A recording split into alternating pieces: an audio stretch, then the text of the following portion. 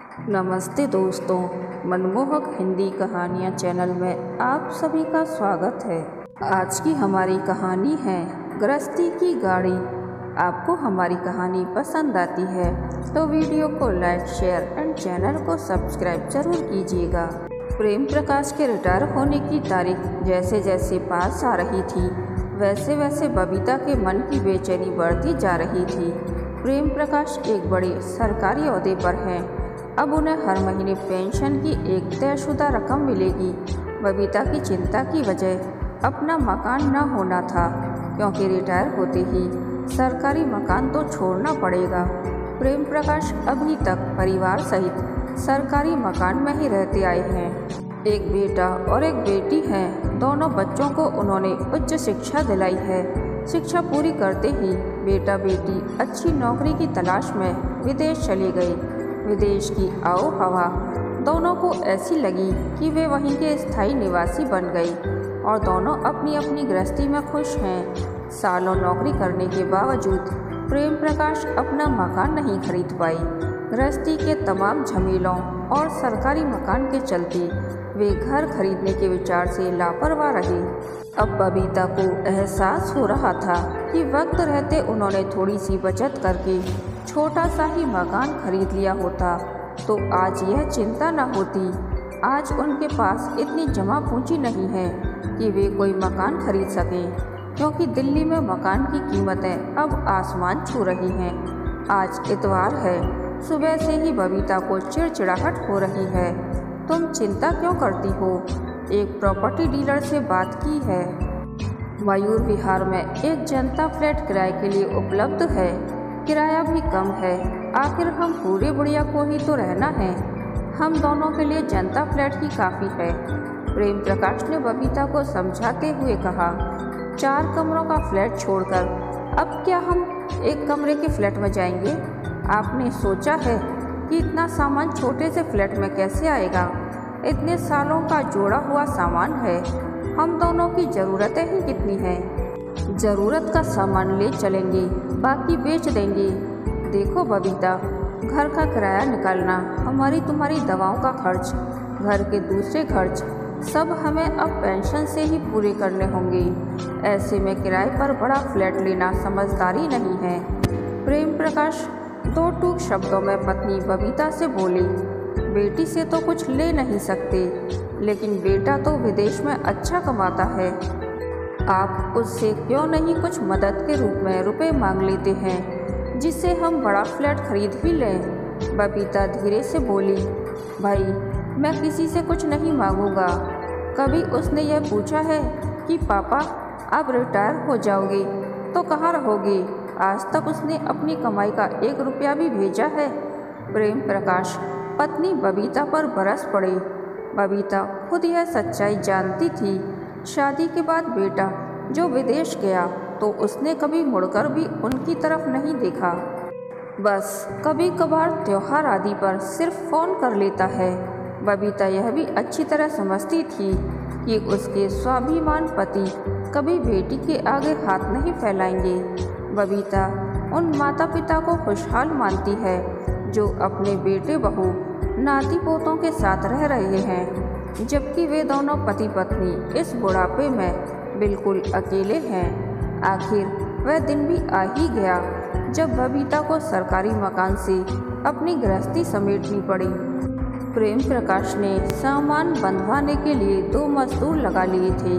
कबाड़ी वाले को भी उन्होंने बुला लिया था, जिसको गैर जरूरी सामान बेच सकें। केवल ज़रूरत का सामान ही बांधा जा रहा था। बबीता ने अपने हाथों से एक एक चीज़ इकट्ठा की थी। अपनी गृहस्थी को उसने कितने जतन से संवारा था। कुछ सामान तो वास्तव में कबाड़ था, पर काफ़ी सामान सिर्फ इसलिए बेचा जा रहा था क्योंकि नए घर में ज़्यादा जगह नहीं थी। बबीता साड़ी के पल्लू से बार बार अपनी गीली होती आँखों को पोंछे जा रही थी। उसके दिल का दर्द बाहर आना चाहता था, पर किसी तरह वह इसे अपने अंदर समेटे हुए थी। उसके कान पति प्रेम प्रकाश की कमीज की जेब में रखे मोबाइल फ़ोन की घंटी पर लगे थे। उसे बेटे के फ़ोन का इंतज़ार था, क्योंकि पिछले सप्ताह ही बेटे को रिटायर होने तथा घर बदलने की सूचना दे दी थी। आज कम से कम बेटा फ़ोन तो करेगा ही, कुछ तो पूछेगा। माँ, छोटे घर में कैसे रहोगी? घर का साजो सामान कैसे वहाँ सेट होगा? मैं आप दोनों को यहाँ आने का प्रबंध करता हूँ आदि। लेकिन मोबाइल फ़ोन बिल्कुल खामोश था। बबीता के दिल में एक टीस उभर आई। आपका फ़ोन चार्ज तो है? बबीता ने धीरे से पूछा। हाँ, फ़ोन फुल चार्ज है। प्रेम प्रकाश ने जेब में से फ़ोन निकाल कर देखा। नेटवर्क तो आ रहा है।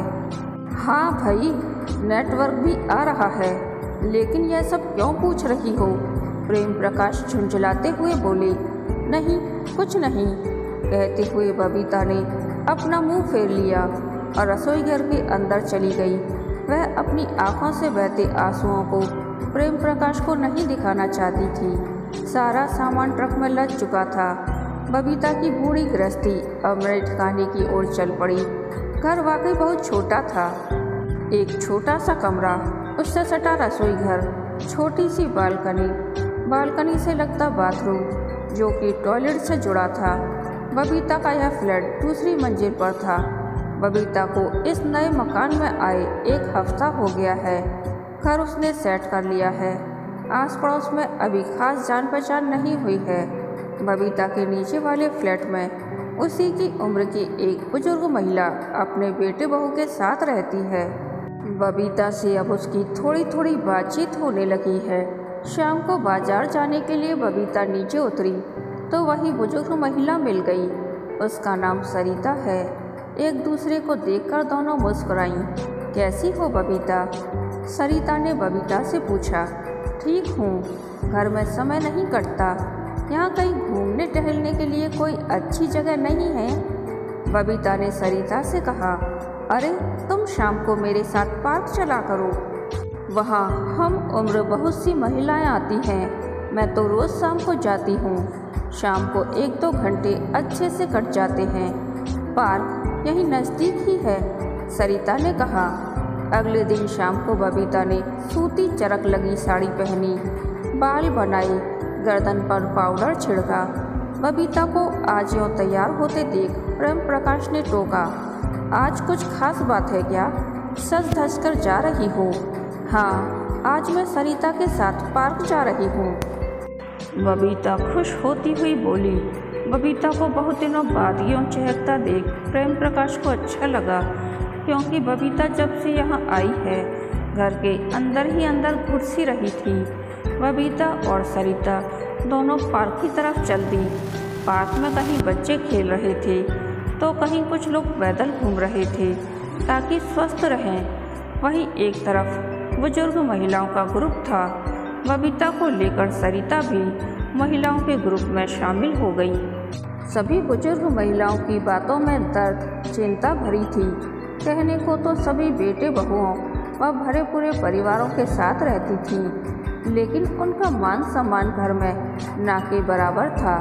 किसी को चाय समय पर नहीं मिलती तो किसी को खाना, कोई बीमारी में दवा, इलाज के लिए तरसती रहती। 2 वक्त की रोटी खिलाना भी बेटे बहुओं को भारी पड़ रहा था। इन महिलाओं की जिंदगी की शाम घोर उपेक्षा में कट रही थी। शाम के ये चंद लम्हे वे आपस में बोल बतियाकर अपने दिलों की कहानी सुनाकर काट लेती थी।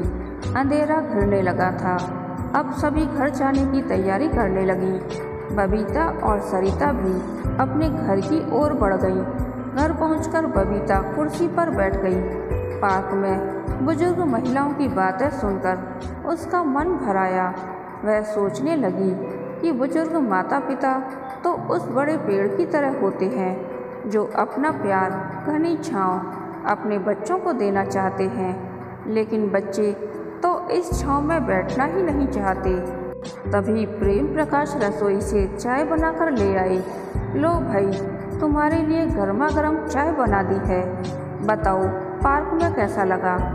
बबीता पति को देखकर मुस्कुरा दी। जवाब में इतना ही बोली, अच्छा लगा। फिर चाय की चुस्की लेने के साथ मुस्कुराती हुई बोली, सुनो, कल आप आलू की टिक्की खाने को कह रहे थे। आज रात के खाने में वही बनाऊंगी। और हाँ, आप कुछ छोटे गमले सीढ़ी तथा बालकनी में रखना चाहते थे तो आप फल माली को कह दीजिए कि वह गमले दे जाए। हरी मिर्च टमाटर के पौधे लगा लेंगे, थोड़ी बागवानी करते रहेंगे तो समय भी अच्छा कटेगा। यह कहते हुए बबीता खाली कप उठाकर रसोई में चली गई और सोचने लगी कि हम दोनों एक दूसरे को छांव दें और संतुष्ट रहें। प्रेम प्रकाश हैरान थे। कल तक वे बबीता को कुछ खास पकवान बनाने को कहते थे तो बबीता दुखी आवाज़ में एक ही बात कहती थी, क्या करेंगे पकवान बनाकर, परिवार तो है नहीं। बेटे बहू नाती पोते साथ रहते तो इन सब का अलग ही आनंद होता। गमलों के लिए भी वे कब से कह रहे थे पर बबीता ने हामी नहीं भरी। बबीता में यह बदलाव प्रेम प्रकाश को सुखद लगा। रसोई घर से कुकर की सीटी की आवाज़ आ रही थी।